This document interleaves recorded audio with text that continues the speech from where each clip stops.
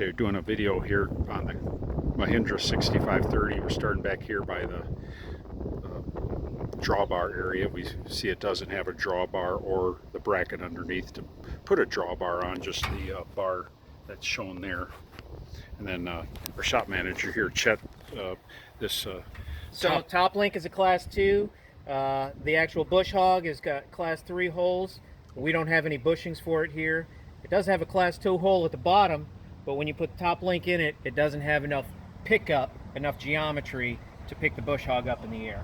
Okay. So that's why we've got it in the top hole, but it needs to be bushed. We don't have a pin that would work on that. Okay, so I need to buy that. All right, we'll get on here and he's going to start it and run.